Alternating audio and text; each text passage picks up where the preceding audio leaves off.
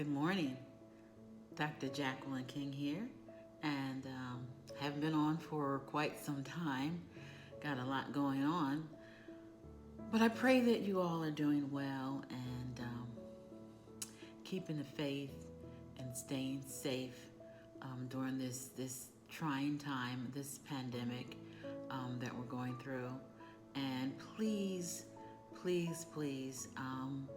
be considerate, if not for yourself, for others, and put on your face mask when you go out in public.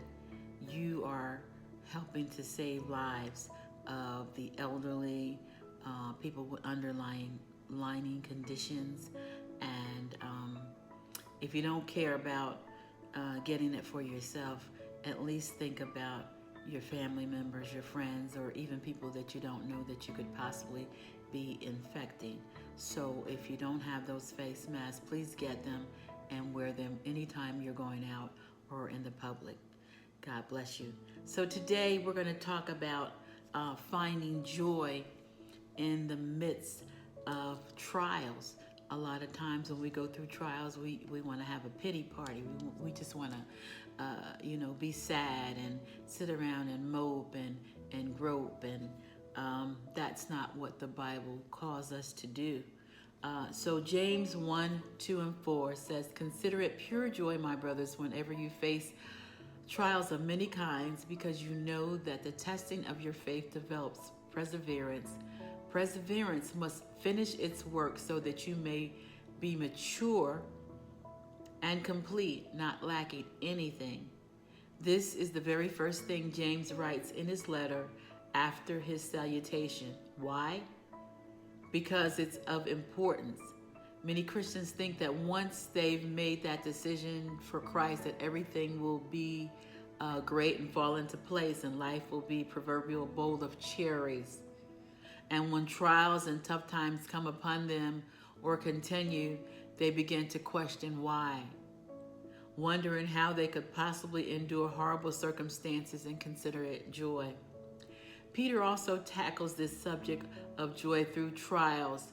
"In this you greatly rejoice, though now for a little while you may have had to suffer grief in all kinds of trials. These have come so that your faith, of greater worth than good, which perishes even though refined by fire, may be proved genuine and may result in praise and glory and honor when Jesus Christ is revealed. Though you have not seen him, you love him, and even though you do not see him now, you believe in him and are filled with an inexpressible and glorious joy, for you are receiving the goal of your faith, the salvation of your souls." In both of these passages, we see the instruction of what we should do. Consider it pure joy. This is when you greatly rejoice. Why? Because trials make us stronger. The James passage clearly states that the testing of our faith produces perseverance, and Peter's passages states that our faith, which is priceless, will be proved genuine and result in praise to God. But how? How can we find joy in the midst of all the junk, hardships, and painful circumstances? First, we need to understand that the joy that the world gives is not the same as the joy the Spirit gives.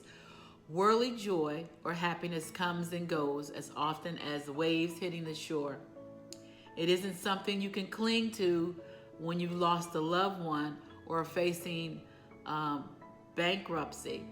The spirits of joy or happiness, on the other hand, can stay with you for the long haul.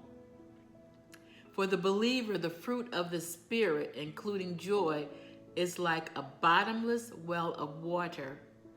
There's always an abundant supply, even in the darkest days when sadness, grief, and loss may threaten or to overwhelm you.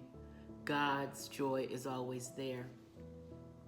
So I want you to remember that today, that even in the midst of the pandemic, even in the midst of losing some loved ones to the pandemic, even in the midst of not having employment, even in the midst of not knowing where your next meal is going to come from.